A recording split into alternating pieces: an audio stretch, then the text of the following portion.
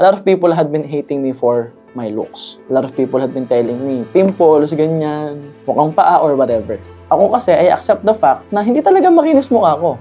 Alam ko kasi yon, tanggap ko kasi yon. Hindi ako nasasaktan. Kasi alam ko sa sarili ko that I'm choosing to create more value. I'm choosing to work hard for my people. I'm choosing to take responsibility for the trust given to me. A lot of people may be thinking, si Sir MJ deserve ng maraming views. Si Sir MJ hindi nagte-trending, blah, blah, blah.